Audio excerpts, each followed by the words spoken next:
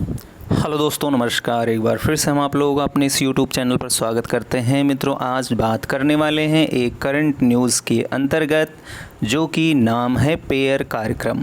ये पेयर कार्यक्रम क्या होता है और साथ ही साथ ANRF ये क्या होता है, जो कि ये NEP के अंतर्गत लाया गया है। भारत में जो अनुसंधान और शोध कार्य हैं और नवाचारिक व्यवस्थाएं हैं, उनको और इन्हांस करने के लिए ये दो कार्यक्रम आपके सामने लाए गए हैं, जो कि भारत के लिए उच्च शिक्षा या विकसित भारत के अंतर्गत इनोवेटिव इन्वेंशन को एक नया आधार प्रदान करने के लिए ये सारे कार्यक्रम आपके लिए लाए गए हैं। इससे क्या होगा, एक मूलभूत जो सुविधाएं हैं रिसर्चर को या अनुसंधानकर्ताओं को, और साथ ही साथ उसमें जो एक अपना क्रिएटिव अपने मस्तिष्क द्वारा जो सृजनात्मक पद्धति प्रणाली है, उसको किस तरीके से इनोवेट कर सकते हैं, इन्हांस कर सकते हैं, वो इन कार्यक्रमों में के अंतर्गत आपको व्यवस्थाएं प्रदान करने की अनिवार्यता प्रदान की गई है। तो आइए देखते हैं पेयर कार्यक्रम क्या है और साथ ही साथ ANRF जो आपके पास दिया गया है ये क्या होता है। तो अभी सरकार उच्च शिक्षा संस्थानों, हायर एजुकेशन इंस्टीट्यूट में शोध क्षमताओं को बढ़ाने के लिए डिज़ाइन किए गए हैं। तो सबसे पहले आपको ध्यान देना है कि शोध क्षमताओं को बढ़ाने के लिए डिज़ाइन त्वरित नवाचार और अनुसंधान कार्यक्रम के लिए भागीदारी शुरू करेगी। यानी अगर इसको हिंदी में कहें तो यह त्वरित नवाचार और अनुसंधान के अंतर्गत आता है, या इसी को हम लोग पेयर कहते हैं, ठीक है। और यह कार्यक्रम के लिए भागीदारी शुरू करेगी, जिसमें शीर्ष स्तरीय शोध संस्थानों को उन संस्थानों से जोड़ा जाएगा जहां शोध क्षमता सीमित है। यानी कहने का मतलब यह है कि जहां पे शोध कार्यक्रम तो चल रहे हैं लेकिन नियमित नहीं हैं, और साथ ही साथ वहां पर शोध की जो प्रक्रिया है बिल्कुल नगण्य है, केवल कागज़ों पे आपकी शोध की प्रक्रिया चल रही है, लेकिन वास्तविकता में रिसर्च का क्या मतलब होता है, रिसर्च की वास्तविकता क्या होती है, इन सब से वो अवगत नहीं है। इसलिए जो अच्छे संस्थान हैं उनको यह जिम्मेदारी दी जाएगी कि फला इंस्टीट्यूट में यह शोध कार्य चल रहा है या नहीं चल रहा है, उसका अवलोकन करो, उसका जो है एक प्रतिवेदन बनाइए और उसे यहाँ UGC के अंतर्गत सबमिट करने का प्रयास करिए, ठीक है। तो इसके अंतर्गत जो कार्यक्रम है वो शोध क्षमता सीमित है। इससे इन संस्थानों में एक सहयोगात्मक परामर्श वातावरण बनाने में मदद हो सकेगी। जैसा कि वहाँ पे जो कई जगह पे ऐसे विद्यार्थी भी मिलते हैं जो कहते हैं कि हमारे यहाँ तो शोध कार्य अच्छे से चल ही नहीं रहा है, हम लोग केवल बस अपना जाते हैं और चले आते हैं, या इंटरनेट पे अपना कुछ काम कर लिए और इंटरनेट से अपना जो भी लिखना पढ़ना हो अपना कर लिए, और ना मुझे कहीं से सही से परामर्श मिल पाता है और ना ही कहीं से हमें गाइडेंस मिल जाता है। तो इसलिए इनका वातावरण जो है एक बहुत ही बेकार सा हो जाता है और रिसर्च करने का भी मन जो है वहाँ से ख़त्म होने लगता है। तो इस दृष्टिकोण को ध्यान में रखते हुए यह कार्यक्रम चलाने की जिम्मेदारी दी गई है।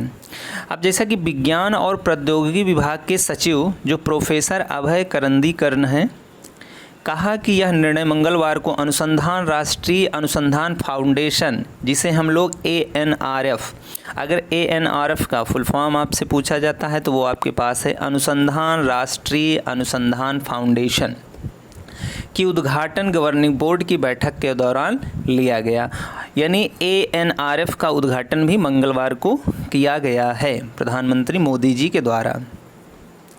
बैठक के बाद एक प्रेस ब्रीफिंग के दौरान करंदीकर ने भारत की शोध क्षमता में बाधा डालने वाले एक महत्वपूर्ण मुद्दे पर प्रकाश डाला है, और उन्होंने यह बताया कि देश के 40,000 उच्च शिक्षा संस्थानों में से मात्र 1% से भी कम वर्तमान में शोध गतिविधियों में लगे हुए हैं। अब देख लीजिए, भारत सरकार इतने ज़्यादा जो है फंड रिलीज़ करता है शोध करने के लिए, अभी वर्तमान स्थिति में 40,000 उच्च शिक्षा संस्थान हैं जहां पे शोध कार्य किए जा रहे हैं, लेकिन कितने लोग उसमें इम्प्लीमेंट हैं, केवल और केवल 1% से भी कम वर्तमान में शोध गतिविधियां गतिविधियों में लगे हुए हैं।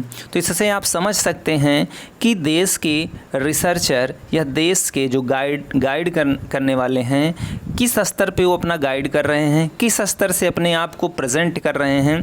यह एक सोचनीय विषय है। इस पे सभी को मंथन अपने इंडिविजुअल लेवल पे भी करने की आवश्यकता है। उन्होंने कहा कि पेयर के माध्यम से ANRF शोध स्तरीय शीर्ष स्तरीय शोध संस्थानों को उन संस्थानों से जोड़ेंगे जहां शोध क्षमता सीमित है। यही कहा जा रहा है कि पेयर के माध्यम से ANRF जहां पे अनुसंधान कार्य चल रहे हैं, शीर्ष स्तरीय शोध जो होते हैं संस्थान जो हैं, उनको छोटे छोटे संस्थानों में जोड़ा जाएगा, जिससे कि शोध क्षमता सीमित न रह करके एक सहयोगात्मक परामर्श वातावरण का निर्माण हो पाए। इसका लक्ष्य एक हब और स्कोप, ये याद रखना, इसका जो एक लक्ष्य बनाया गया हब और स्पोक ढांचा तैयार करना है, जो इन संस्थानों को अपने शोध उत्कृष्टता को व्यवस्थित रूप से बढ़ाने में सक्षम बनाएगा।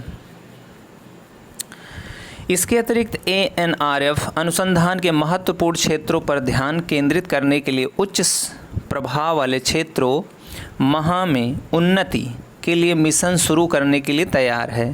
तत्काल ध्यान में देने के लिए प्राथमिकता वाले क्षेत्रों में इलेक्ट्रिक वाहन गतिशीलता और उन्नत सामग्री शामिल हैं। यानी ऐसे अनुसंधान क्षेत्रों के लिए वहाँ पे एक इलेक्ट्रिक वाहन भी तैयार है। वहाँ पे आने जाने के लिए रिसर्चरों के लिए बहुत व्यवस्थाएं की जा रही हैं, और जो कि एक बहुत अच्छा मुहिम है जो भारत सरकार के द्वारा यह लिया गया है। और यह जो है NEP 2020 के अंतर्गत आपके एजेंडे में शामिल था, जो अब यहाँ पे फलीभूत होने का प्रयास कर रहा है। ANRF translational research and innovation, जिसे हम ATRI कहते हैं, पहल का उद्देश्य तकनीकी नवाचार को गति देने के लिए शिक्षा और उद्योग के बीच सहयोग को बढ़ावा देना है। ANRF भारतीय वैज्ञानिकों के लिए शोध प्रक्रिया को सुव्यवस्थित करने पर भी केंद्रित है। तो इस तरीके से एक बहुत ही अच्छा कदम जो है भारत सरकार के द्वारा उठाया गया है। जो शोध की और उन्मुक्त होना चाहते हैं या शोध करने में अपना इंटरेस्ट रखते हैं, वो उनके लिए एक यह बेहतर खबर है। और आप अपने रिसर्च को और बूस्ट करिए और जो है इम्प्लीमेंट करिए अपने पेपर को, अपने रिसर्च पेपर को, अपने जो है आर्टिकल्स को एक नए आयाम तक पहुंचाने का प्रयास करिए, जिससे ज़्यादा से ज़्यादा अभ्यर्थी वहां पे लाभान्वित हो सकें। तो यह एक बहुत ही करंट में न्यूज़ थी, इसलिए हमने कहा आपसे शेयर कर लेते हैं। फिर नए वीडियो में मिलते हैं। नमस्कार।